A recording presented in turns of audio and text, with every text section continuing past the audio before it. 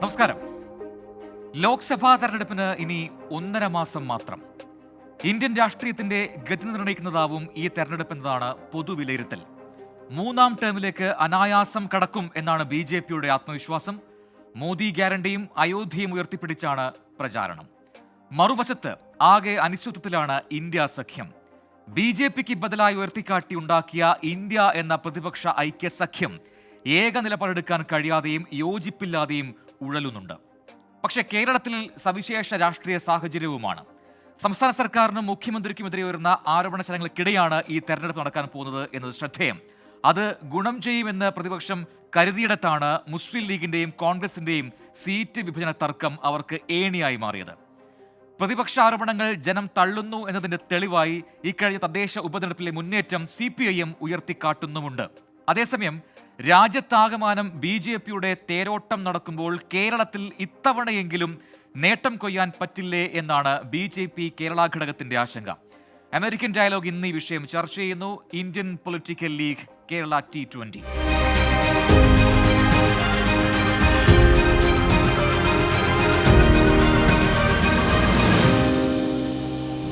ചർച്ചയിലേക്ക് കടക്കും മുമ്പ് ഇന്നത്തെ അതിഥികളെ പരിചയപ്പെടാം. Angamaly MLA Shri Roji M. John, IT delivery മാനേജറും ഇടതുപക്ഷ സഹയാത്രികനുമായ ഫെബി ഫെലിക്സ് മാത്യു, ക്യാൻസർ റിസർച്ച് സയന്റിസ്റ്റും BJP അനുഭാവിയുമായ ഡോക്ടർ ജയശ്രീ നായർ എന്നിവരാണ് അതിഥികൾ. എല്ലാ അതിഥികൾക്കും എല്ലാ പ്രേക്ഷകർക്കും American dialogue powered by heads ന്യൂയോർക്കിന്റെ മറ്റൊരു അധ്യായത്തിലേക്ക് സ്വാഗതം. ഞാൻ ആദ്യം ശ്രീ റോജി M. ജോണിലേക്ക് പോകുന്നു. ശ്രീ റോജി M. ജോൺ, നമ്മുടെ ഒരു പൊളിറ്റിക്കൽ അനാലിസിസ് നോക്കുകയാണെങ്കിൽ ഇപ്പോൾ ഈ ദേശീയ തലത്തിലൊക്കെ ഇപ്പോൾ ആം ആദ്മി പോലുള്ള പാർട്ടികൾ നോക്കുക, ഡൽഹിയിൽ നിന്ന് മാറി രാജസ്ഥാനിലേക്കും പഞ്ചാബിലൊക്കെ ശക്തി കാണിച്ചു വരുന്നുണ്ട്. സംസ്ഥാനത്തേക്ക് വന്നു കഴിഞ്ഞാൽ 2020 കഴിഞ്ഞ തെരഞ്ഞെടുപ്പിലൊക്കെ വലിയ മുന്നേറ്റം ഉണ്ടാക്കിയെടുത്ത പ്രാദേശിക ഒരു പാർട്ടിയാണ്. നോക്കുക, ഇത്തരം പാർട്ടികൾ വരുന്നത് കോൺഗ്രസിന് ഏതെങ്കിലും രീതിയിൽ തലവേദനയാകും എന്ന് കരുതുന്നുണ്ടോ?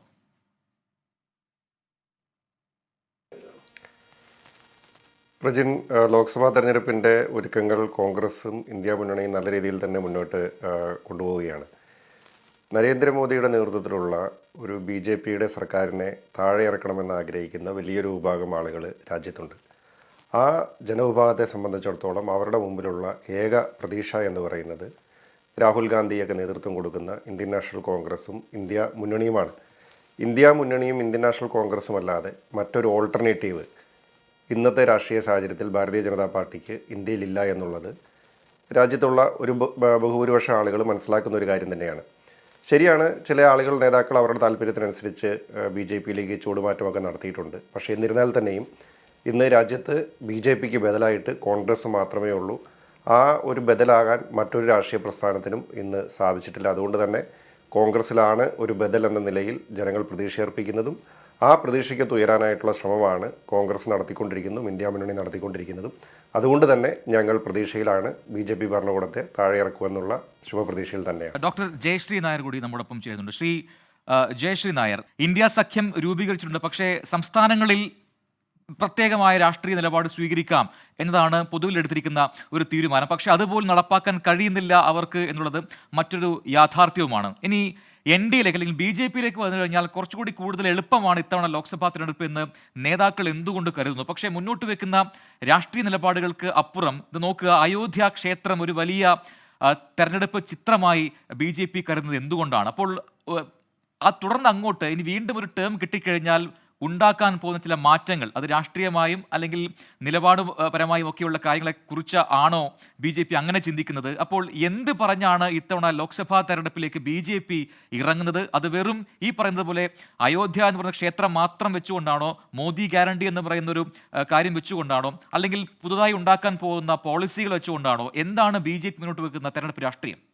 ഇപ്പോ ചോദിച്ചതിനകത്തില് എനിക്ക് അതിന്റെ അർത്ഥം മനസ്സിലാവുന്നില്ല. കാരണം 10 വർഷം കണ്ടിന്യൂസ് ആയിട്ട് BJP ഭരിച്ചു കഴിഞ്ഞതാണ്.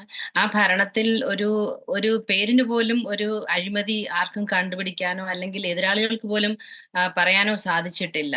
അത് തന്നെയല്ല, രാജ്യത്തിന്റെ മുക്കിലും മൂലയിലും കണക്ടിവിറ്റി എല്ലാ റൂറൽ അർബൻ ഏരിയകളെ തമ്മിൽ കണക്ട് ചെയ്തിട്ടുണ്ട്. എല്ലായിടത്തും വ്യവസായങ്ങൾ കൂടുന്നുണ്ട്, പുതിയ പുതിയ സംരംഭങ്ങളുണ്ട്, ഇൻഫ്രാസ്ട്രക്ചർ എല്ലാം വളരെ നല്ലതായി. സാധാരണക്കാരുടെ എല്ലാ ആനുകൂല്യങ്ങളും അവരുടെ ബാങ്ക് അക്കൗണ്ടുകളിൽ വരുന്നുണ്ട്. ഇപ്പോ ഇതിനകത്തിലായിട്ട് നമ്മൾക്ക് അഴിമതി എന്ന് പറയാൻ ഒന്നുമില്ല. പുരോഗമന പ്രവർത്തനങ്ങൾ നടക്കുന്നുണ്ട്. നമ്മളെ ഒരു രീതിയിലും നെഗറ്റീവായിട്ട് ഒന്നും അഫക്റ്റ് ചെയ്യുന്നില്ല. പിന്നെ അയോധ്യ അയോധ്യ ക്ഷേത്രം എന്ന് പറയുന്നത് BJP പണ്ട് മുതലേ പ്രകടന പത്രികയിൽ ഉള്ളതാണ്. അത് പ്രത്യേകിച്ചൊന്നും എടുത്തു പറയാനില്ല. നമ്മൾക്ക് എല്ലാ ദൈവങ്ങളിലും വിശ്വസിക്കാം, നമ്മൾക്ക് ഏത് മതത്തിലും വിശ്വസിക്കാം. പക്ഷേ നമ്മുടെ സംസ്കാരത്തെ നമ്മൾ തള്ളി പറയാൻ പാടില്ല. ഇപ്പോ അയോധ്യ ക്ഷേത്രത്തിന്റെ കാര്യം പറഞ്ഞതുകൊണ്ട് ഞാൻ പറയുകയാണ്. ഗംഗീസ് ഖാൻ എന്ന് പറയുന്ന ഒരു നാടോടിയായിരുന്നു. അയാള് പല സ്ഥലങ്ങളിൽ റീസോഴ്സസ് ഉള്ള സ്ഥലങ്ങളിൽ അവര് കൂടാരം ഉണ്ടാക്കി താമസിക്കും, അവിടെയുള്ള സ്ത്രീകളെ ബലാത്സംഗം ചെയ്യും, അവിടെയുള്ള പുരുഷന്മാരെ ഉപദ്രവിക്കും, അവിടെയുള്ള റീസോഴ്സസ് തീരുമ്പോൾ അടുത്ത സ്ഥലത്തേക്ക് പോകും. ചൈന തന്നെ വൻമതിൽ ഉണ്ടാക്കിയത് ഇവരുടെ ബുദ്ധിമുട്ടുകൾ സഹിക്കാൻ മേലാഞ്ഞിട്ടാണ്. അയാളുടെ കൊച്ചുമകനാണ് ബാബർ എന്ന് വെച്ചാൽ ഒരു പ്രാകൃതനായിട്ടുള്ള ഒരു മനുഷ്യൻ വന്ന് ഒരു സ്ഥലത്ത് അവരുടെ ആധിപത്യം സ്ഥാപിക്കുന്നതിന് അവരുടെ സംസ്കാരത്തിന്റെ മുകളിലാണ് വെന്നിക്കുടി പാറിക്കുന്നത്. അങ്ങനെ പാറിച്ച് അങ്ങനെ ഒരു അമ്പലത്തിന്റെ മുകളിൽ അവർ കൊണ്ടിരിച്ച് വെച്ചു. അപ്പൊ നമ്മൾക്ക് സ്വാതന്ത്ര്യം കിട്ടിക്കഴിയുമ്പോൾ തന്നെ നമ്മളത് മാറ്റേണ്ടതാണ്. അത് മുസ്ലിങ്ങളെ എപ്പോഴും ഇന്ത്യ സന്തോഷത്തോടു കൂടി രണ്ട് കൈയും നീട്ടി സ്വീകരിക്കുന്നതാണ്. അതും ഈ ബാബറി എന്ന് പറയുന്ന ഒരു പ്രാകൃതന്റെ പേരിലുള്ള മസ്ജിദും തമ്മിൽ യാതൊരു ബന്ധവും ഇല്ല. അത് നോർത്ത് ഇന്ത്യയിലുള്ള UP-യിലുള്ള മുസ്ലിങ്ങളെല്ലാം അത് സ്വീകരിക്കുന്നു. അറബി രാജ്യങ്ങളിലുള്ള മുസ്ലിങ്ങളെല്ലാം നമ്മുടെ ഭാരതത്തിന്റെ എല്ലാ ഡോക്ടർ ജയശ്രീ നായർ, ഇല്ല, ഈ വിഷയം അതൊരു തർക്ക വിഷയമാണ്. നമ്മുടെ വിഷയം അതല്ല. ഞാൻ ചോദിച്ചത് അയോധ്യ ക്ഷേത്രം എന്ന ഒരു വിഷയം എന്തുകൊണ്ട് ഈ ലോക്സഭാ തെരഞ്ഞെടുപ്പിൽ BJP മുന്നോട്ട് വെക്കുന്നു എന്നുള്ളതാണ്. വെച്ചിട്ടില്ലല്ലോ. അയോധ്യയിൽ ക്ഷേത്രം ഓൾറെഡി അവിടെ നിർമ്മിച്ചു കഴിഞ്ഞില്ലേ, അവര് മുന്നോട്ട് വെക്കുന്നില്ലല്ലോ ഇപ്പൊ. അതല്ലല്ലോ ആര് പറഞ്ഞു വെച്ചിട്ടില്ലെന്ന്? അത് ഉയർത്തിക്കാട്ടിക്കൊണ്ട് തന്നെയാണ് ലോക്സഭാ തെരഞ്ഞെടുപ്പിനെ BJP-യുടെ പ്രചാരണം നയിക്കാൻ പോകുന്നത്. അത് നേരത്തെ നേതാക്കളെല്ലാം വ്യക്തമാക്കിയാണ്. നോക്കൂ, അതിന്റെ ഉദ്ഘാടന ദിവസം അവിടെ പ്രധാനമന്ത്രിയെ വേദിയിലിരുത്തിക്കൊണ്ട് UP-യുടെ മുഖ്യമന്ത്രി യോഗി ആദിത്യനാഥ് പറഞ്ഞത് എന്താണ്? ഒരു പ്രധാനപ്പെട്ട കാര്യം പറഞ്ഞു. ഇത് രാമരാജ്യത്തിന്റെ തുടക്കമാണ് എന്ന് പറയുന്നു. എന്താണ് ആ ഒരു നിലപാട്? എന്താണ് ആ രാഷ്ട്രീയം? എല്ലാവർക്കും നീതി എന്നുള്ളതാണ് രാമരാജ്യം എന്ന് ഉദ്ദേശിക്കുന്നത്. ഹേ റാം എന്നും രാമരാജ്യം എന്നും ഗാന്ധിജി പറഞ്ഞെങ്കിൽ അന്ന് നിങ്ങൾക്കൊരു സംശയം ഉണ്ടായിരുന്നില്ലല്ലോ. ഇപ്പം യോഗി ഭരിക്കുന്നിടത്തും ഒരു പ്രശ്നമില്ലല്ലോ ആൾക്കാർക്ക്. നരേന്ദ്രമോദി 10 വർഷം വന്നപ്പോൾ മുതൽ ആൾക്കാരെ ബുദ്ധിമുട്ടിക്കുകയാണ്. അയ്യോ നിങ്ങൾ അങ്ങനെ ചെയ്യൂ, അവരെ വിഴുങ്ങിക്കഴിയും, പിന്നെ മൈനോറിറ്റികളെ അത് ചെയ്യൂ. ആർക്കും ഒന്നും സംഭവിച്ചിട്ടില്ല, എല്ലാവരും സന്തോഷമായിട്ടായിരിക്കുന്നത്. അപ്പൊ പിന്നെ രാമരാജ്യം എന്ന് പറഞ്ഞാൽ എല്ലാവർക്കും നീതി കിട്ടുന്ന ഒരു സിസ്റ്റം കൊണ്ടുവരിക.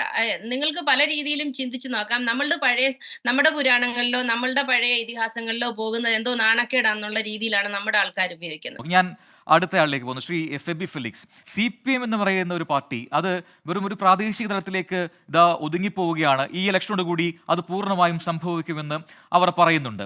ഇന്ത്യ സഖ്യത്തിന്റെ ഭാഗമാണോ CPM എന്ന് ചോദിച്ചാൽ കൃത്യമായ ഉത്തരം പറയാൻ ആ പാർട്ടിക്ക് കഴിയുന്നില്ല എന്നുകൂടി പറയുന്നു. നോക്കുക, ഈ പറയുന്ന നിലവിലത്തെ രാഷ്ട്രീയ ചാരിത്രത്തിൽ ഇന്ത്യ എന്ന് പറയുന്ന സഖ്യത്തിന് ഏറെ നിർണായകമായ രാഷ്ട്രീയ പ്രാധാന്യമുണ്ട് സമയത്താണ് വിഭിന്നമായ അഭിപ്രായങ്ങൾ കൊണ്ട് ആ സഖ്യത്തിൽ തന്നെ ഒരുപാട് വിള്ളലുകൾ വരുന്നത്. CPIM ഇന്ത്യ സഖ്യത്തിന്റെ ഭാഗമാണോ? നന്ദി പ്രജിൻ, എന്നെ ഇതിലേക്ക് ക്ഷണിച്ചതിന്. ആദ്യമായിട്ട് ഡോക്ടർ ജയശ്രീ പറഞ്ഞതിന് ഒരു മറുപടി പറഞ്ഞിട്ട് മുന്നോട്ട് പോവാം. ഡോക്ടർ ജയശ്രീ പറഞ്ഞു ബാബർ പള്ളി പണിതത് അമ്പലത്തിന്റെ മേളിലാണെന്ന് പറഞ്ഞു. നമ്മുടെ സുപ്രീം കോടതിയുടെ വിധിക്കകത്ത് ഒരു സ്ഥലത്തും ബാബറി മസ്ജിദ് പണിതത് അമ്പലം പൊളിച്ചാണെന്ന് ഒരു സ്ഥലത്തും പറഞ്ഞിട്ടില്ല. അത് മാത്രമല്ല, ആ പൊളിച്ച നടപടി തെറ്റാണെന്നും പറഞ്ഞിട്ടുണ്ട്. പക്ഷെ അവിടെ അവര് അമ്പലം പണിയാൻ വേണ്ടിയിട്ടുള്ള അനുവാദം കൊടുത്തെന്ന് മാത്രമേ ഉള്ളൂ. അപ്പം ആ പറഞ്ഞ കാര്യത്തിൽ ഒരു ഫാക്ച്വൽ മിസ്റ്റേക്ക് ഉണ്ട്.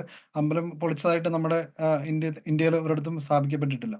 രണ്ടാമത്തെ കാര്യം എന്ന് പറയുന്നത്, അവര് പറയുന്നു നമ്മൾ സനാതന ധർമ്മത്തെക്കുറിച്ചും എല്ലാത്തിനെ കുറിച്ചും സംസാരിക്കുന്നത്. അപ്പൊ ഇവര് ഇപ്പൊ ഒരു ജനാധിപത്യ രാജ്യത്തെ ഒരു മതരാഷ്ട്രത്തിലേക്കുള്ള പോക്ക് നടന്നുകൊണ്ടിരിക്കുകയായിരുന്നു. ഈ വർഷം അതിന്റെ ഒരു പാരമ്യത്തിൽ എത്തിയിരിക്കുകയാണ്. ഇപ്പം ഇന്ത്യ ഒരു മതരാഷ്ട്രമാണെന്ന് അവർ പ്രഖ്യാപിക്കുന്ന രീതിയിൽ ഒരു അമ്പലം സ്ഥാപിക്കാൻ ഒരു ഇന്ത്യയുടെ പ്രധാനമന്ത്രി പോയിട്ട് പൂജ നടത്തുന്ന സ്ഥിതിയിലേക്ക്, ഞാൻ പറഞ്ഞതല്ല, ഇവിടെയുള്ള നമ്മുടെ ശങ്കരാചാര്യന്മാർ പറഞ്ഞതാണ്, അമ്പലം പൂജ നടത്തേണ്ടത് പ്രധാനമന്ത്രിയല്ല, ശങ്കരാചാര്യർ പോലെയുള്ള ഹിന്ദു മതമായിട്ട് ബന്ധപ്പെട്ടിട്ടുള്ള പണ്ഡിതന്മാർ അല്ലെങ്കിൽ പൂജാരിമാരാണ് അത് നടത്തേണ്ടതെന്ന് പറയുന്നത്. പ്രധാനമന്ത്രി നടത്തേണ്ടതല്ല. ഇന്ത്യയുടെ പ്രധാനമന്ത്രി എന്ന് പറയുന്നത്, ഇന്ത്യ എന്ന് പറയുന്ന ജനാധിപത്യ രാജ്യത്തിന്റെ പ്രധാനമന്ത്രിയായിട്ട് എല്ലാ ജനങ്ങൾക്ക് വേണ്ടിയിട്ടും പെരുമാറേണ്ട ആളാണ്. അതങ്ങനെ നടക്കുന്നില്ല എന്നുള്ളതാണ് ഇന്ത്യയിലെ ന്യൂനപക്ഷങ്ങൾക്ക് ഏറ്റവും അധികം ഭീതി ഉണ്ടാക്കുന്ന ഒരു സ്ഥിതിയിലേക്ക് എത്തുന്നത്. ഇപ്പൊ അവർ യോഗിയുടെ കാര്യം പറയുന്നുണ്ടായിരുന്നു, ഡോക്ടർ പറയുന്നുണ്ടായിരുന്നു. യോഗി ആദിത്യനാഥ് UP-യിൽ നടത്തുന്നതെന്ന് പറയുന്നത് ബുൾഡോസർ രാജാണ്. ന്യൂനപക്ഷ വിഭാഗങ്ങളിലുള്ള അവരുമായിട്ട് സഹകരിക്കാത്ത, അവർക്ക് താല്പര്യമില്ലാത്ത ആളുകളുടെ വീടുകൾ ഒരു നിയമങ്ങളും നോക്കാതെ രാവിലെ നേരം വെളുക്കുമ്പോൾ പോയിട്ട് പൊളിച്ചു കളയുവാണ്. അപ്പൊ നമുക്ക് ഇത്തരം ഒരു സന്ദർഭത്തില് ഇന്ത്യയിലെ എല്ലാവർക്കും ഭയങ്കര സന്തോഷമായിട്ട് ജീവിക്കുകയാണ് എന്ന് പറയുമ്പോൾ എന്ന് പറഞ്ഞാൽ നമ്മളെല്ലാവരും കണ്ണടച്ച് ഇരുട്ടാക്കുന്നതിനുള്ള തുല്യമാണ്. അടുത്തായിട്ട് ഇപ്പൊ റോജി പറഞ്ഞതിലേക്ക് വന്നു കഴിഞ്ഞാൽ, റോജി പറഞ്ഞു ഇപ്പൊ CPM എന്ന് പറയുന്ന ഒരു പ്രാദേശിക പാർട്ടിയാണ്, കോൺഗ്രസ് മാത്രമേ യഥാർത്ഥമായിട്ടുള്ള ഒരു ദേശീയ പാർട്ടിയുള്ളൂ എന്ന് പറയുന്നു. ഇപ്പൊ റോജി 40 സീറ്റേ ഉള്ളൂ കോൺഗ്രസിന്. കേരളത്തിൽ ആകെ 20 സീറ്റ് ഉണ്ട്. അപ്പൊ നിങ്ങൾക്ക് കേരളത്തിലെ 19 സീറ്റ് ഇല്ലായിരുന്നെങ്കിൽ നിങ്ങൾക്ക് ബാക്കി മൊത്തം ഇന്ത്യയിലെ ബാക്കിയുള്ള ഇപ്പൊ 500 സംതിങ് മണ്ഡലങ്ങളിൽ നിന്ന് നിങ്ങൾക്ക് കിട്ടിയിരിക്കുന്ന 20 സീറ്റേ ഉള്ളൂ. അപ്പം നമ്മൾ പറഞ്ഞു വരുമ്പോ എന്ന് പറഞ്ഞാൽ ഇപ്പൊ CPM-ഉം കോൺഗ്രസുമായിട്ട് കേരളത്തിൽ മത്സരിക്കുന്ന നിങ്ങളും ഇപ്പൊ ഈ ഇലക്ഷൻ കഴിയുമ്പോഴത്തേക്ക് ഒരു പ്രാദേശിക പാർട്ടി ആകുമോ എന്നുള്ള ഒരു പേടിയുണ്ട്. പക്ഷെ നമ്മൾ രണ്ടുപേരും ഇന്ത്യ സഖ്യത്തിന്റെ ഭാഗമായിട്ട് തന്നെയാണ് പ്രവർത്തിക്കുന്നത്. കേരളത്തിൽ നിന്ന് ജയിച്ചു വരുന്ന ഏത് MP ആണെങ്കിലും BJP ജയിക്കുമെന്ന് എനിക്കൊരു പ്രതീക്ഷയില്ലാത്തതുകൊണ്ട് കേരളത്തിൽ നിന്ന് ജയിച്ചു വരുന്ന 20 MP-മാരും ഇന്ത്യ സഖ്യത്തിന്റെ ഭാഗമായിട്ട് തന്നെ മോഡിക്കെതിരായിട്ട് തന്നെ ആയിരിക്കും പ്രവർത്തിക്കുക എന്നുള്ള കാര്യത്തിൽ നമുക്ക് ഒരു സംശയമില്ല. പക്ഷേ ഇതാണ് ഒരു പ്രശ്നം. അതായത് ഇന്ത്യ സഖ്യത്തിന്റെ ഭാഗമായി നിൽക്കുന്ന രണ്ടു പേർ വ്യത്യസ്ത ഇടങ്ങളിൽ വ്യത്യസ്ത രാഷ്ട്രീയ നിലപാട് സ്വീകരിക്കുകയും പരസ്പരം മത്സരിക്കുകയും ചെയ്യുന്ന ഒരു വിരോധാഭാസം, അത് തന്നെയാണ് ഈ ഇന്ത്യ സഖ്യം എന്ന് പറയുന്ന ആ സഖ്യം നേരിടുന്ന ഏറ്റവും വലിയ പ്രതിസന്ധിയും വെല്ലുവിളിയും. അതൊക്കെ തന്നെയാണ് എതിർഭാഗത്ത് NDA-ക്കും BJP-ക്കും ഒക്കെ വലിയ ഈസി ആയിട്ട് ഒരു ഈസി ഗോയിങ് എന്ന് പറയുന്ന ഒരു മട്ടിലേക്ക് കാര്യങ്ങൾ വരാൻ കാരണവും, അല്ലേ? അതിന് മറുപടിയുണ്ട്. എന്തുകൊണ്ട് ഇടതുപക്ഷത്തിന് വോട്ട് ചെയ്യണം എന്നുള്ളതിനൊരു മറുപടിയുണ്ട്. ഇപ്പം ഞാൻ പറഞ്ഞു വന്ന ഇന്ത്യ ഒരു മതരാഷ്ട്രത്തിലേക്ക് പൊക്കോണ്ടിരിക്കുകയാണ്. ഇപ്പൊ അയോധ്യയിലെ പൂജ നടന്ന ദിവസം, അല്ലെങ്കിൽ അത് കഴിഞ്ഞിട്ട് ഇത്രയും ദിവസമായിട്ട് ഏതെങ്കിലും ഒരു കോൺഗ്രസ് നേതാവ്, കേരളത്തിലുള്ള ഇപ്പൊ റോജി അടക്കം ഏതെങ്കിലും ഒരു കോൺഗ്രസ് നേതാവ് എവിടെയെങ്കിലും അതിനെക്കുറിച്ച് ഇപ്പൊ ശശി തരൂര് അതിനെ ആ ദിവസം അതിനെ പുകഴ്ത്തിക്കൊണ്ട് ട്വീറ്റ് ചെയ്തതല്ലാതെ ഇവരാരെങ്കിലും എന്തെങ്കിലും ഒരു കാര്യം പറഞ്ഞതായിട്ട് ഒരിടത്തും കണ്ടിട്ടില്ല. അന്ന് പൂജ നടന്ന ദിവസം രാഹുൽ ഗാന്ധി ഹനുമാന്റെ വേഷം കെട്ടിയിട്ട് ഹനുമാൻ ക്ഷേത്രം സന്ദർശിച്ചുകൊണ്ടിരിക്കുവായിരുന്നു. അപ്പൊ ഇന്ത്യയിലെ ന്യൂനപക്ഷങ്ങൾക്കും സാധാരണ ജനങ്ങൾക്കും അവർക്ക് ഭയമില്ലാതെ ഈ രാജ്യത്ത് ജീവിക്കാൻ വേണ്ടിയിട്ട് മോഡിയുടെ ഫാസിസത്തിനെതിരെ ഇവിടെ പാർലമെന്റിൽ പോയിട്ട് സംസാരിക്കാൻ വേണ്ടിയിട്ട് CPM-ന്റെ അല്ലെങ്കിൽ ഇടതുപക്ഷത്തിന്റെ MP-മാര് കേന്ദ്രത്തിൽ പാർലമെന്റിൽ ഉണ്ടായിരിക്കേണ്ടത് ഏറ്റവും വലിയ അത്യാവശ്യമാണ് എന്നുള്ളത് പറഞ്ഞിട്ടാണ് നമ്മൾ വോട്ട് പിടിക്കുന്നത്. CPM നമ്മൾ BJP-ക്കെതിരെ തന്നെയാണ്, ഇന്ത്യ സഖ്യത്തിന്റെ ഭാഗമാണ്. പക്ഷെ CPM കേരളത്തിൽ നിന്ന് CPM-ന്റെ അല്ലെങ്കിൽ CPI-യുടെ ഇടതുപക്ഷത്തിന്റെ MP-മാര് കേന്ദ്രത്തിൽ പോകുന്നതാണ് ഇവിടുത്തെ ജനങ്ങൾക്കും മതന്യൂനപക്ഷങ്ങൾക്കും സാധാരണ ജനങ്ങൾക്കും അവരുടെ പ്രശ്നങ്ങൾ പാർലമെന്റിൽ അവതരിപ്പിക്കാൻ ഏറ്റവും മികച്ചത് എന്ന് പറഞ്ഞാണ് ഞങ്ങൾ വോട്ട് പിടിക്കാൻ ശ്രമിക്കുന്നത്. അതിനു വേണ്ടിയിട്ട് തന്നെയാണ് ഇത്തവണ CPM ഈ ഇലക്ഷനെ അത്ര സീരിയസ് ആയിട്ട് കാണുന്നതുകൊണ്ടാണ് ഇത്ര നല്ലൊരു സ്ഥാനാർത്ഥി ലിസ്റ്റ് ഇപ്പൊ ഞങ്ങൾ സഖാവ് ഐസക്കിനെ ആണെങ്കിലും ശൈലജ ടീച്ചറിനെ ആണെങ്കിലും സഖാവ് പന്ന്യൻ രവീന്ദ്രനെ ആണെങ്കിലും നമ്മൾ മുന്നോട്ട് വെച്ചിരിക്കുന്നതിന്റെ റീസൺ ഈ ഇലക്ഷനെ നമ്മൾ അത്ര സീരിയസ് ആയിട്ട് കാണുന്നത് കൊണ്ടാണ്.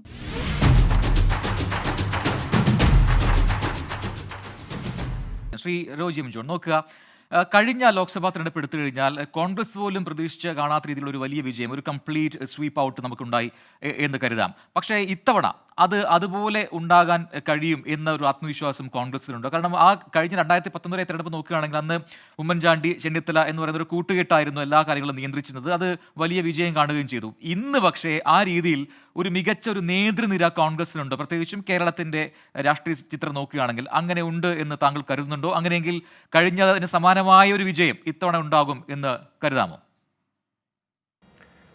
അത്തരം ശങ്കകളൊന്നും ഞങ്ങളുടെ മുമ്പിലില്ല. അങ്ങനെ നേതൃതലത്തിൽ ഒരു അനൈക്യമുള്ളതായിട്ട് ഞങ്ങൾക്ക് ഒരിടത്തും ഫീൽ ചെയ്തിട്ടുമില്ല. ചില മാധ്യമങ്ങളിലൊക്കെ വന്നിട്ടുള്ള ചില വാർത്തകളൊക്കെ അടിസ്ഥാനരഹിതമാണ്. അതിൻ്റെ സാഹചര്യങ്ങളെ സംബന്ധിച്ചിട്ടൊക്കെ എല്ലാവരും തന്നെ വിശദീകരിച്ചിട്ടുള്ളതുമാണ്. ജനം കോൺഗ്രസിനെ വലിയ പ്രതീക്ഷയോട് കൂടിയിട്ടാണ് നോക്കിക്കാണുന്നത്, പ്രത്യേകിച്ച് കേരളത്തിൽ UDF-നെയും. ഞാൻ നേരത്തെ പറഞ്ഞതുപോലെ നരേന്ദ്രമോദി ഭരണകൂടത്തെ താഴെ ഇറക്കണമെന്ന് ഏറ്റവും കൂടുതൽ ആഗ്രഹിക്കുന്ന ജനങ്ങളുള്ള ഒരു നാടാണ്, സംസ്ഥാനമാണ് കേരളം. അതുകൊണ്ട് തന്നെ അതിന് സാധിക്കുന്ന രാഷ്ട്രീയ പ്രസ്ഥാനം കോൺഗ്രസ് ആണ് എന്ന് നന്നായി മനസ്സിലാക്കുകയും ചെയ്യുന്ന വോട്ടർമാരാണ് കേരളത്തിലുള്ളത്. രണ്ട് സാഹചര്യങ്ങളുണ്ട്. ഒന്ന്, കേന്ദ്ര സർക്കാരിനെതിരായിട്ടുള്ള ശക്തമായ ജനവികാരം, ഒരു മതേതര ജനാധിപത്യ ബദൽ രാജ്യത്ത് രൂപപ്പെട്ടു വരണമെന്ന് ആഗ്രഹിക്കുന്ന കേരളീയ സമൂഹം. രണ്ട്, CPM-ന്റെ നേതൃത്വത്തിൽ അല്ലെങ്കിൽ പിണറായി വിജയൻ്റെ നേതൃത്വത്തിലുള്ള ഇന്നത്തെ ഗവൺമെൻറ്റിനോടുള്ള ജനങ്ങളുടെ ശക്തമായിട്ടുള്ള അമർഷം. ഒരു വശത്ത് വലിയ തോതിലുള്ള അഴിമതിയും അതുപോലെ തന്നെ വിലക്കയറ്റവും കൊണ്ട് പൊറുതിമുട്ടുന്ന ജനങ്ങൾ. അപ്പോൾ നരേന്ദ്രമോദി ഭരണകൂടത്തെയും പിണറായി വിജയൻ ഭരണകൂടത്തെയും രണ്ട് ഭരണകൂടങ്ങളെയും ഒരേ നാണയത്തിൻ്റെ ഇരുവശങ്ങളായി കാണുന്ന ജനവിഭാഗത്തെ സംബന്ധിച്ചിടത്തോളം കേരളത്തിൽ UDF മാത്രമാണ് ഒരു ബദൽ. അതുകൊണ്ട് തന്നെ ഞങ്ങൾ കരുതുന്നു, കഴിഞ്ഞ തെരഞ്ഞെടുപ്പിൽ ഞങ്ങൾക്ക് 20-ൽ 19 വിജയിക്കാൻ സാധിച്ചത്. ഈ തെരഞ്ഞെടുപ്പിൽ 20-20 അതാണ് ഞങ്ങളുടെ ലക്ഷ്യം, 20 ഔട്ട് ഓഫ് 20.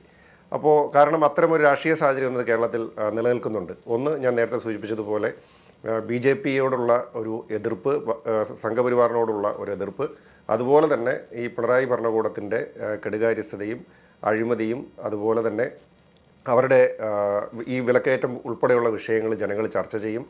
ഈ രണ്ട് വിഷയങ്ങളും കൂടെ ജനങ്ങളുടെ പരിഗണനയിൽ വരുമ്പോൾ സ്വാഭാവികമായിട്ടും അത് UDFന് അനുകൂലമായിട്ട്, കോൺഗ്രസ് അനുകൂലമായിട്ട് വരുമെന്ന് തന്നെയാണ് ഞങ്ങൾ കരുതുന്നത്.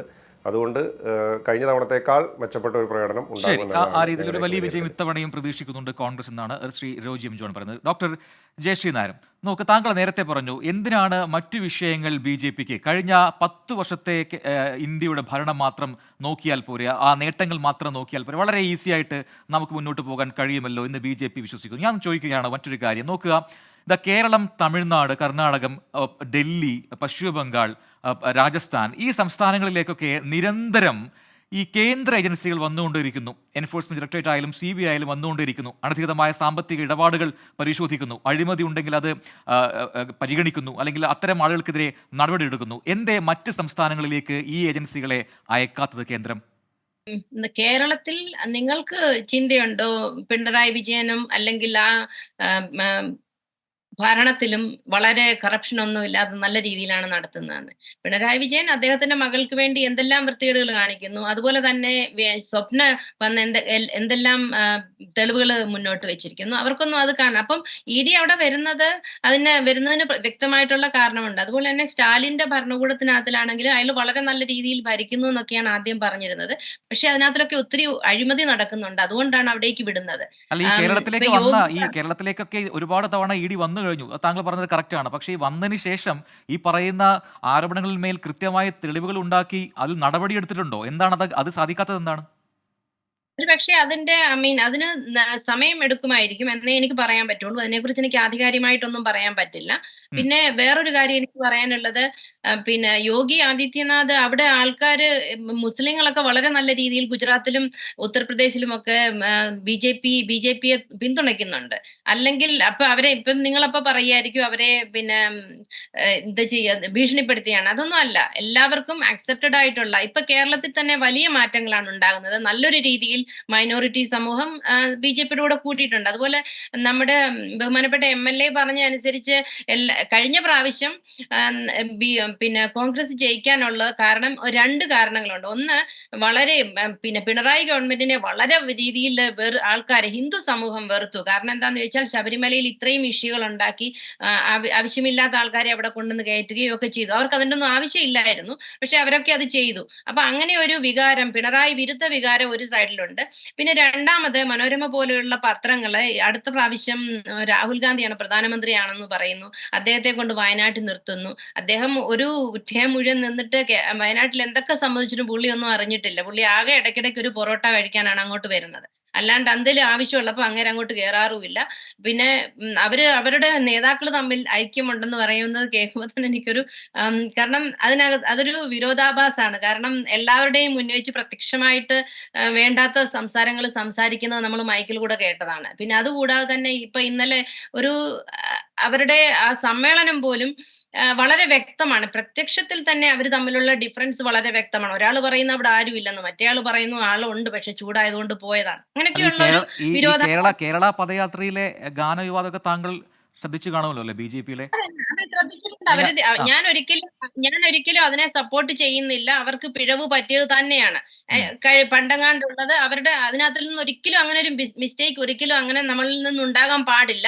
ഞാൻ അതിനെ ന്യായീകരിക്കുന്നില്ല. അത് വളരെ തെറ്റാണ്. തെറ്റാണെന്ന് തന്നെ ഞാൻ പറയുന്നു. പോസ്റ്റർ വിവാദവും അല്ലെ, കെ സുരേന്ദ്രന്റെ പോസ്റ്റർ വിവാദവും അതും താങ്കൾ ശ്രദ്ധിച്ചു കാണുമല്ലോ. SC ST അത് വിഭാഗങ്ങളുടെ ഞാൻ ഒപ്പം? കണ്ടു. അതും അങ്ങനെ അതൊക്കെയും അവരുടെ കയ്യിൽ നിന്ന്, കാരണം RSS എന്ന് പറയുന്ന ഒരു സംഘടന ഒരിക്കലും അൺടച്ചബിൾ അല്ല. നമ്മൾക്ക് ഒരിക്കലും അങ്ങോട്ടും ഇങ്ങോട്ടും അവരുടെ ജാതിയോ മതമോ അറിയില്ല. സ്വയം സേവകരെ അവർക്ക് ഭക്ഷണം ഒരുമിച്ചിരുന്നാണ് കഴിക്കുന്നത്. ഈവൻ അംബേദ്കർ, ഗാന്ധിജിയോ ഒക്കെ അവർ വളരെ ഇംപ്രസ്ഡ് ആയിരുന്നു. അന്ന സമയത്ത് പോലും RSSന്റെ അവിടെ പോയാൽ നമ്മൾക്ക് ഒരു വ്യത്യാസവുമില്ല. എല്ലാവരും ഒരുമിച്ചിരുന്നാണ്. ആൾക്കാർ പുറത്തു നിന്ന് പറയും ഇവർ ISIS ആണ് മറ്റേതാണ്. പക്ഷെ എനിക്ക് വളരെ വ്യക്തിപരമായിട്ട് എനിക്ക് അറിയാവുന്നതാണ്, അവിടെ പോയാൽ നമുക്ക് അവരുടെ ജാതി എന്താണെന്ന് അറിയില്ല, മതം എന്താണെന്ന് അറിയില്ല, എല്ലാവരും സഹോദരന്മാരാണ്. അങ്ങനെയൊക്കെ പറയുന്ന അവിടെയും ഇവിടെയും ഉള്ള ചെറിയ ചെറിയ വ്യത്യാസങ്ങൾ എടുത്ത് അതൊരു ജനറലൈസ് ചെയ്തിട്ട് ആൾക്കാരെ പേടിപ്പിക്കുകയാണ് ചെയ്യുന്നത്. ശരി. ഇതിനകത്തൊന്നും യാതൊരു കഥയും ഇതിലും ഒരുവിധപ്പെട്ട എല്ലാവർക്കും മനസ്സിലായിട്ടുണ്ട്. അതനുസരിച്ച് ഈ പ്രാവശ്യത്തെ ഇലക്ഷൻ തീർച്ചയായിട്ടും അതിനുള്ള വ്യത്യാസങ്ങൾ നിങ്ങൾ കാണും. കഴിഞ്ഞ പ്രാവശ്യം നിങ്ങൾ കണ്ട ആ വലിയ കുതിപ്പ് കോൺഗ്രസിനും കിട്ടില്ല. പിന്നെ കമ്മ്യൂണിസ്റ്റ് ഭരണം കൊണ്ട്, കോൺഗ്രസിന്റെ പിടിപ്പുകേട് കൊണ്ടാണ് കമ്മ്യൂണിസ്റ്റ് വീണ്ടും ജയിക്കുന്നതെന്നുള്ളതും കൂടെ ശരി മനസ്സിലാക്കുക. ഡോക്ടർ, ഞാൻ താങ്കളിലേക്ക് എത്താം. ശരി, ഞാൻ വലിയ വരാം. ശ്രീ ഫെബി ഫലി, നോക്കുക, ഇവിടെ ഏറ്റവും പ്രധാനപ്പെട്ട ഒരു കാര്യം ഇപ്പോൾ ഡോക്ടർ ജയശ്രീ പറഞ്ഞ കാര്യം തന്നെയാണ്. വയനാട്ടിൽ രാഹുൽ ഗാന്ധി വരുന്നു എന്ന് നേരത്തെ തന്നെ ഒരു ഒരു ഒരു കൊട്ടിഘോഷിപ്പുണ്ട്. പക്ഷേ അതിലൊരു അന്തിമ തീരുമാനം ഇതുവരെയും ആയിട്ടില്ല. കാൻഡിഡേറ്റ്സിനെ പോലും കൃത്യമായി കോൺഗ്രസിന് പറയാൻ കൃത്യസമയത്ത് സാധിക്കുന്നില്ല എന്നൊരു വിമർശനം എതിർ ചെയ്യുന്നുണ്ടാവുക സ്വാഭാവികമാണ്. നോക്കുക, രാഹുൽ ഗാന്ധി ഇവിടെ വന്ന് മത്സരിക്കുകയാണെങ്കിൽ CPIM അതിനെ, അല്ലെങ്കിൽ LDF അതിനെ സപ്പോർട്ട് ചെയ്യുമോ എന്നതൊരു മറ്റൊരു ചോദ്യമാണ്. ഇന്ത്യ സഖ്യത്തിന്റെ നേതാവ് കൂടിയാണല്ലോ രാഹുൽ ഗാന്ധി. അപ്പോൾ അങ്ങനെയൊക്കെയുള്ള രാഷ്ട്രീയ പ്രശ്നങ്ങളിൽ ഉടലുന്നുണ്ടോ CPM? ഒപ്പം ഈ വ്യക്തികളെ മാത്രം കേന്ദ്രീകരിച്ച്, നേരത്തെ താങ്കൾ തന്നെ എടുത്തു പറഞ്ഞ ചില പേരുകളുണ്ടല്ലോ. ഒന്ന് TM തോമസ് ഐസക്കിന്റെയാണ്. പത്തനംതിട്ടയിൽ അദ്ദേഹത്തെ പോലെ ഒരു സ്ഥാനത്ത് നിർത്തുമ്പോൾ വിജയം അവിടെ സുനിശ്ചിതമാണ് താങ്കൾ കരുതുന്നു, അല്ലെങ്കിൽ CPM കരുതുന്നു. അങ്ങനെ വ്യക്തികളെ മാത്രം വെച്ചുകൊണ്ട് CPM നടത്തുന്ന, അല്ലെങ്കിൽ CPM ലക്ഷ്യം വെക്കുന്ന ലോക്സഭാ തെരഞ്ഞെടുപ്പായി ഇത് മാറുന്നുണ്ടോ? എന്തുകൊണ്ടാണ് രാഷ്ട്രീയം പറഞ്ഞുകൊണ്ട്, അല്ലെങ്കിൽ വികസനം പറഞ്ഞുകൊണ്ട് CPMന് ഈ തെരഞ്ഞെടുപ്പിനെ നേരിടാൻ കഴിയില്ല എന്നാണോ? ഒരിക്കലുമല്ല. വ്യക്തികളെ വെച്ചോണ്ടല്ലല്ലോ. ഇപ്പൊ നമ്മൾ നോക്കുവാണെങ്കിൽ, ഇപ്പൊ മാവേലിക്കരയില് CS അരുൺകുമാറിന് 41 വയസ്സേ ഉള്ളൂ. ആദ്യമായിട്ടല്ലേ കേൾക്കുന്നത്. അപ്പൊ നമ്മൾ വ്യക്തികളെ വെച്ചിട്ട് ഇപ്പൊ വസീഫ് മത്സരിക്കുന്നുണ്ട്. വ്യക്തികളെ വെച്ചിട്ട് അല്ല, മാത്രമല്ലല്ലോ ഇവരെവിടെയാണ് നമ്മൾ മത്സരിക്കുന്നത് ശ്രീ ഫെബി? ഇവർ മത്സരിക്കുന്ന മണ്ഡലങ്ങൾ ഏതാണ്? കാലാകാലങ്ങളായി അല്ല, കോൺഗ്രസ് മാവേലിക്കര നമുക്ക് ഉറപ്പായിട്ടും കിട്ടും എന്നുള്ള. ഇപ്പൊ നിങ്ങളുടെ എക്സിറ്റ് പോളുകൾ, പല എക്സിറ്റ് പോളുകളിൽ പോലും ആകെ 4 സീറ്റേ കിട്ടുള്ളൂ എന്ന് പറയുന്നതിൽ ഒരു മണ്ഡലം മാവേലിക്കരയായിട്ട് പറയുന്നുണ്ടല്ലോ. അപ്പൊ അതുകൊണ്ട് തന്നെ നമ്മൾ അങ്ങനെ വ്യക്തികളെ മാത്രമല്ല, നമ്മുടെ കേരളത്തിൽ CPMൽ ഏറ്റവും ബെസ്റ്റ് ആയിട്ടുള്ള ആളുകളെ തന്നെ നമുക്ക് പാർലമെന്റിലേക്ക് വിടണം എന്നുള്ളത് കൊണ്ടാണ് നമുക്ക് ഇവിടെ കേരളത്തിലെ കാര്യങ്ങൾ നോക്കാൻ ഇപ്പൊ തന്നെ നല്ലൊരു യുവനിര ഇവിടെ വേറെ ഉണ്ട്. അപ്പൊ അത് വെച്ചിട്ട് തന്നെയാണ് ഏറ്റവും മികച്ച നേതാക്കളെ PVവിലുള്ളവരെയും കേന്ദ്ര കമ്മിറ്റിയിലുള്ളവരെയും നമ്മൾ ഇത്തവണ സ്ഥാനാർത്ഥിയായിട്ട് നിശ്ചയിച്ചിട്ടുള്ളത്. ഇപ്പൊ നിങ്ങൾക്ക് UDFന് ഇതുവരെ ഇപ്പൊ പല MPമാരും മത്സരിക്കണ്ടെന്ന് പറയുന്നു. ഇപ്പൊ സുധാകരൻ പറയുന്നു മത്സരിക്കുന്നില്ല എന്ന് പറയുന്നു. ഇപ്പൊ ഞങ്ങളുടെ അടുത്തുള്ള MP ആന്റോ ആന്റണി. ഇപ്പോഴും നാട്ടിലുള്ള സംസാരമാണ്, ആന്റോ ആന്റണി ഇതുവരെ പറഞ്ഞിട്ടില്ല എന്നുള്ളതാണ്. പുള്ളിക്ക് തോമസ് ഐസക് വന്നപ്പോഴത്തേക്കും മത്സരിക്കാനുള്ള ഒരു ബുദ്ധിമുട്ട് കൂടി എന്നുള്ളതാണ് അറിയാൻ കഴിഞ്ഞിട്ടുള്ളത്. അതുപോലെ തന്നെ ലീഗിന്റെ പ്രശ്നം. ഇപ്പൊ ലീഗ് എത്ര കാലമായിട്ട്, ലീഗിനെ കുറിച്ച് പറയുമ്പോഴത്തേക്ക് എപ്പോഴും എനിക്ക് മറ്റേ പട്ടണപ്രവേശത്തിലെ ശ്രീനിവാസിന്റെ കാര്യമാണ് ഓർമ്മ വരുന്നത്. അപ്പൊ ലീഗിനെ എപ്പോഴും നിങ്ങളിങ്ങനെ ലീഗിനോട് ഇപ്പൊ തന്നെ പറയുന്നു നിങ്ങൾ രാജ്യസഭ സീറ്റ് കൊടുക്കാന്ന് പറയുന്നത്. അപ്പൊ അത് കഴിയുമ്പോൾ അടുത്ത സീറ്റ് ഒഴിവ് വരുമ്പോഴത്തേക്ക് ആ സീറ്റ് നിങ്ങൾ തിരിച്ചെടുക്കുമെന്നും പറയുന്നത്. അപ്പൊ ലീഗിലുള്ള നേതാക്കന്മാര് സമ്മതിച്ചു കഴിഞ്ഞാൽ അണികൾ എങ്ങനെയാണ് നിങ്ങൾക്ക് വേണ്ടിയിട്ട് വർക്ക് ചെയ്യുന്നത്? ഇപ്പൊ മലബാറിലെ എല്ലാ സ്ഥലങ്ങളിലും ലീഗിന്റെ അണികളാണ് നിങ്ങൾക്ക് വേണ്ടി ഇത്രയധികം വർക്ക് ചെയ്യുന്നത്. അവരെങ്ങനെ വർക്ക് ചെയ്യും എന്ന് എനിക്ക് ഭയങ്കര സംശയമുണ്ട്. അതുപോലെ തന്നെ ഇപ്പം വയനാട്ടില് രാഹുൽ ഗാന്ധി വരികയില്ലെന്ന് കേൾക്കുന്നത്. ഇപ്പൊ നൗഷാദ് അലി ആയിരിക്കും സ്ഥാനാർത്ഥി എന്ന് പറയപ്പെടുന്നു. KC വെയിറ്റ് ചെയ്യുന്നു അവിടുത്തെ സ്ഥാനാർത്ഥി തീരുമാനിക്കാൻ വേണ്ടിയിട്ട്. അപ്പൊ നിങ്ങൾക്ക് തന്നെ ഇതുവരെ ഒരു തീരുമാനം ആയിട്ടില്ല. പക്ഷെ ഞങ്ങളുടെ കാര്യത്തിൽ ഞങ്ങൾ വ്യക്തമായിട്ട് പറയുന്നുണ്ട്, ഞങ്ങളുടെ ലക്ഷ്യം ഇതാണ്, ഞങ്ങൾക്ക് പാർലമെന്റിൽ പോവാ, മോഡിക്കെതിരായിട്ട് ഉള്ള ഫൈറ്റിൽ നമ്മൾ മുന്നോട്ട് പോകാൻ തന്നെയാണ്. അതിനുവേണ്ടിയിട്ട് തന്നെയാണ് ബെസ്റ്റ് ആയിട്ടുള്ള കാൻഡിഡേറ്റ്സിനെ മുന്നോട്ട് വെച്ചിരിക്കുന്നത്. ശ്രീ റോജിയം ജോൺ, നോക്കുക, വളരെ പ്രധാനപ്പെട്ട രാഷ്ട്രീയ പ്രാധാന്യമുള്ള ഒരു ലോക്സഭാ തെരഞ്ഞെടുപ്പാണ് ഇപ്പോൾ നടക്കാൻ പോകുന്നത്. അപ്പോൾ ദേശീയ തലത്തിലോ സംസ്ഥാന തലത്തിലോ ഉയർന്നു വരുന്ന ഒരുപാട് രാഷ്ട്രീയ വിഷയങ്ങൾ ഇപ്പോൾ ഉണ്ട് എന്നത് നമുക്കെല്ലാവർക്കും അറിയുന്ന കാര്യമാണ്. പക്ഷേ കോൺഗ്രസിന് വോട്ട് ചെയ്താൽ അത് ഗുണം ചെയ്യില്ല എന്ന് പൗരന്മാർ ചിന്തിച്ചു തുടങ്ങിയിട്ടുണ്ടോ എന്നൊരു സംശയമുണ്ട്. കാരണം കോൺഗ്രസിന് വോട്ട് ചെയ്താൽ അത് പിന്നീട് അവർ ജയിച്ചു കഴിഞ്ഞാൽ ഈ കുതിരക്കച്ചവടത്തിലേക്കോ അല്ലെങ്കിൽ കൂറുമാറ്റത്തിലേക്കോ പോകും എന്നൊക്കെയുള്ള ഒരു സന്ദേഹം, അവർക്ക് സംശയം ജനങ്ങൾക്ക് പൊതുവിൽ ഉയർന്നു വരുന്നുണ്ട്. ഏറ്റവും ഒടുവിൽ ഹിമാചൽ പ്രദേശിലെ രാഷ്ട്രീയ ചിത്രം കൂടി കണക്കാക്കി വേണം ഇതിനെ വിലയിരുത്താൻ. അങ്ങനെയെങ്കിൽ അത് ദേശീയ തലത്തിൽ ഒരു രാഷ്ട്രീയ മാറ്റത്തിന് തന്നെ കളമൊരുക്കുന്നതാകുമോ എന്നതാണ് ചോദ്യം. അങ്ങനെ ഞാൻ കരുതുന്നില്ല. കാരണം ഇത് ലോക്സഭാ തെരഞ്ഞെടുപ്പാണ്. ദേശീയ രാഷ്ട്രീയ സാഹചര്യങ്ങളൊക്കെ കണക്കിലെടുത്ത് വോട്ട് ചെയ്യാൻ തയ്യാറായി നിൽക്കുന്ന ജനങ്ങളാണ് നമ്മുടെ നാട്ടിൽ ഉള്ളത്. ഇപ്പോൾ ആം ആദ്മി പാർട്ടി പോലും അവർ വലിയ പ്രതീക്ഷ നൽകി വന്നു എങ്കിലും അത് ഏതാനും സംസ്ഥാനങ്ങളിൽ മാത്രം ഒതുങ്ങി. മാത്രവുമല്ല, ഇപ്പോൾ ആം ആദ്മി പാർട്ടിയും കോൺഗ്രസും ഇന്ത്യ മുന്നണിയുടെ ഭാഗമായിട്ട് ഒരുമിച്ച് മത്സരിക്കുകയാണ്. കാരണം എല്ലാവരുടെയും ലക്ഷ്യം BJP യെ താഴെ ഇറക്കുക എന്നുള്ളത് തന്നെയാണ്. കേരളത്തിലേക്ക് വരുമ്പോൾ 2020 പോലുള്ള രാഷ്ട്രീയ പ്രസ്ഥാനങ്ങൾ അവരുടെയും താല്പര്യങ്ങളും അല്ലെങ്കിൽ അവരുടെ പ്രവർത്തനങ്ങളും ഒക്കെ ഏതാനും ചില മേഖലകളിൽ പ്രാദേശികമായിട്ട് മാത്രം ഒതുങ്ങി നിൽക്കുന്നതാണ്. അപ്പോൾ ഒരു ദേശീയ തെരഞ്ഞെടുപ്പിനെ സംബന്ധിച്ചിടത്തോളം ഒരു ദേശീയ കാഴ്ചപ്പാടോട് കൂടിയിട്ട് കാര്യങ്ങളെ വിലയിരുത്താൻ സാധിക്കുന്ന വോട്ടർമാരെന്ന നിലയിൽ ആ ദേശീയ പാർട്ടികളുടെ പ്രാധാന്യം പൂർണ്ണമായും മനസ്സിലാക്കിക്കൊണ്ട് തന്നെ അവർ തിരഞ്ഞെടുപ്പിൽ വിധി എഴുതുമെന്നുള്ളതാണ് ഞങ്ങളൊക്കെ കണക്ക് കൂട്ടുന്നത്. ഇപ്പോൾ 2020 പോലുള്ള പ്രസ്ഥാനങ്ങളൊക്കെ ഏതാനും ചില സീറ്റുകളിൽ മാത്രമാണ് അവർ മത്സരിക്കുന്നത്. ഒരു ദേശീയ തലത്തിൽ ഒരു BJPക്ക് ഒരു ബദലാകുവാനായിട്ടൊന്നും അവർ പോലും അങ്ങനെ ഒരു കണക്കുകൂട്ടലില്ല. മാത്രമല്ല, കേരളത്തിൽ പോലും 20 സീറ്റുകളിലേക്കും അവർ ഒരു സ്ഥാനാർത്ഥിയെ പോലും നിർത്തുന്നുണ്ട് എന്ന് ഞാൻ കണക്കാക്കുന്നില്ല. അപ്പോൾ സ്വാഭാവികമായിട്ടും ഒരു ബദൽ എന്ന് പറയുന്നത് കോൺഗ്രസ് മാത്രമാണ്. മറ്റൊരു രാഷ്ട്രീയ പ്രസ്ഥാനം ഇന്ന് BJPക്ക് ബദലായിട്ട് നമുക്ക് രാജ്യത്ത് ഉയർത്തി കാണിക്കാൻ സാധിക്കില്ല. ഇപ്പോൾ CPM പോലും അവരൊരു ബദലാണ് എന്ന് പറയാൻ ശ്രമിക്കുമ്പോൾ കാര്യങ്ങളെ ദേശീയ തലത്തിൽ നോക്കിക്കാണുന്നവർക്ക് കൂടുതൽ വ്യക്തതയോടുകൂടി മനസ്സിലാക്കാൻ കഴിയും. ഏതാനും രാജ്യത്താകമാനം 30-40 സീറ്റുകളിൽ മാത്രം സ്ഥാനാർത്ഥികളെ നിർത്തി മത്സരത്തിനിറങ്ങുന്ന CPM എന്ന് പറയുന്ന ഒരു പ്രസ്ഥാനത്തിന് ഒരിക്കലും ഒരു ബദലായി രാജ്യത്ത് ഒരു ബദലായി മാറാനായിട്ട് സാധിക്കില്ല. അപ്പോൾ അതുകൊണ്ടാണ് ഞാൻ പറഞ്ഞത്, തുടക്കത്തിൽ പറഞ്ഞതും, ഇന്നത്തെ രാഷ്ട്രീയ സാഹചര്യത്തിൽ രാജ്യത്ത് BJPക്ക് ഒരു ബദൽ അത് ഒന്ന് മാത്രമേ ഉള്ളൂ. അത് കോൺഗ്രസും ഇന്ത്യ മുന്നണിയുമാണ്. അത് ജനങ്ങൾ തിരിച്ചറിയും.